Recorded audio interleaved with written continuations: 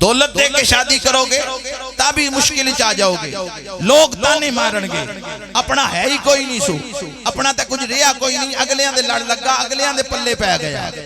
تیسرا حسن ویک کے شادی کرو گے آزمائش وچ مبتلا ہو جاؤ گے۔ مصطفیٰ کریم نے فرمایا دین دیکھ کے شادی کرو، دنیا بھی سمر جائے گی، آخرت بھی سمر جائے گی۔ آج کل حالات کی نے سکے چاچے دی دھی دیندار ہو سی اتھے رشتہ نہیں ہونا، چھٹے گراں جا کے در رشتہ کرنا کہ او جو وال سیٹڈ لوگ نے۔ اللہ اکبر جی آنکھوں تے 1450 سال پیچھے نہ چلیے حضور دی بارگاہ سبحان اللہ۔ آنکھوں بس میں گال کرنا چاہنا، میں بالکل شارٹ کھیڑن دا آدھی ہیں، وقت بڑا ہو گیا۔ میرے آقا ایک صحابی نے حضور دی بارگاہ آئے تھے، ویسے ہی میرے آقا نے سوال پوچھا شادی نہیں کی تھی؟ اے میرے غلام شادی نہیں کی تھی؟ عرض کرنے لگے سونیا غریب بھی ہیں تے دولت بھی کوئی نہیں، کاروبار بھی کوئی نہیں، تے رنگ بھی اتنا کوئی نہیں، تے غریباں دا تے ہندہ ہی کوئی نہیں۔ سرکار فرمایا تیرے رشتہ داراں چ رشتہ کوئی نہیں؟ حضور سکے چاچے دی کی ہے لیکن او امیر نے، میں غریباں جوڑ نہیں بندا۔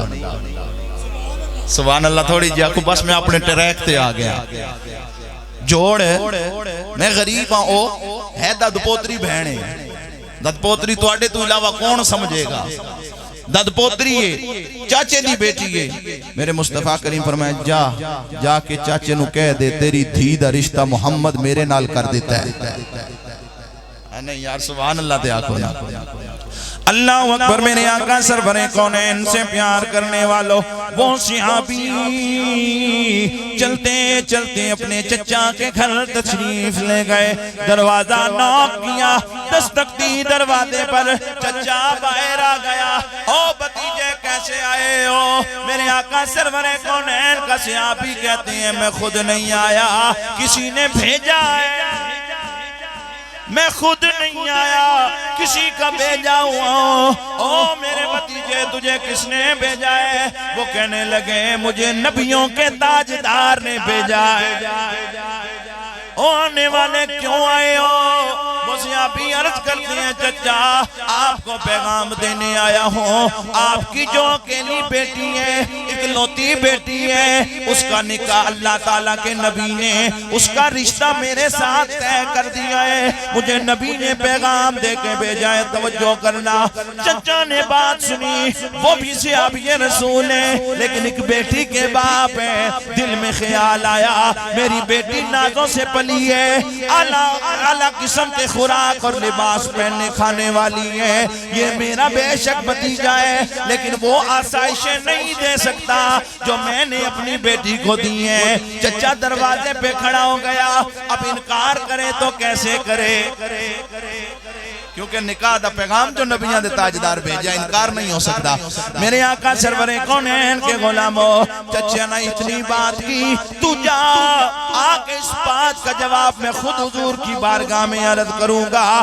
یہ چچا اور بھتیجے کی بات وہ لڑکی کھڑی سن رہی ہے، دوڑ کے چھت سے نیچے آ گئی، آکے کہنے لگی ابا ویسے تو لاکھ بار حضور کی بارگاہ میں جانا پر میرے رشتے کی بات لے کے نہ جانا۔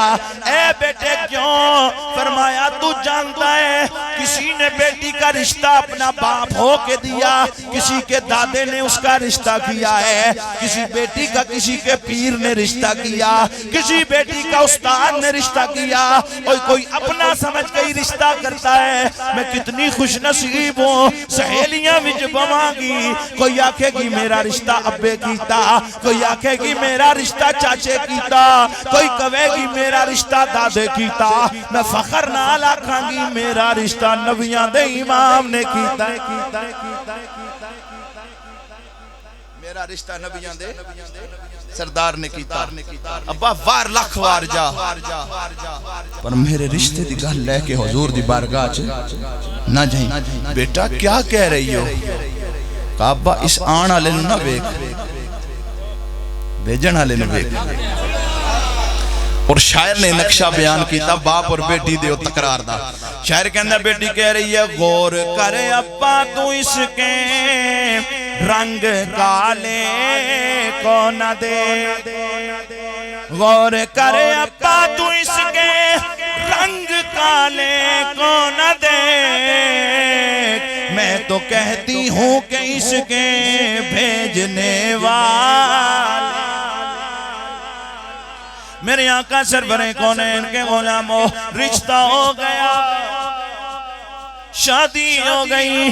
میرے کریم نبی نے اعلان فرمایا لوگوں یہ بیٹی میری ہے، میں نے اپنی بیٹی کا رشتہ کیا ہے۔ کتنی خوش نصیب وہ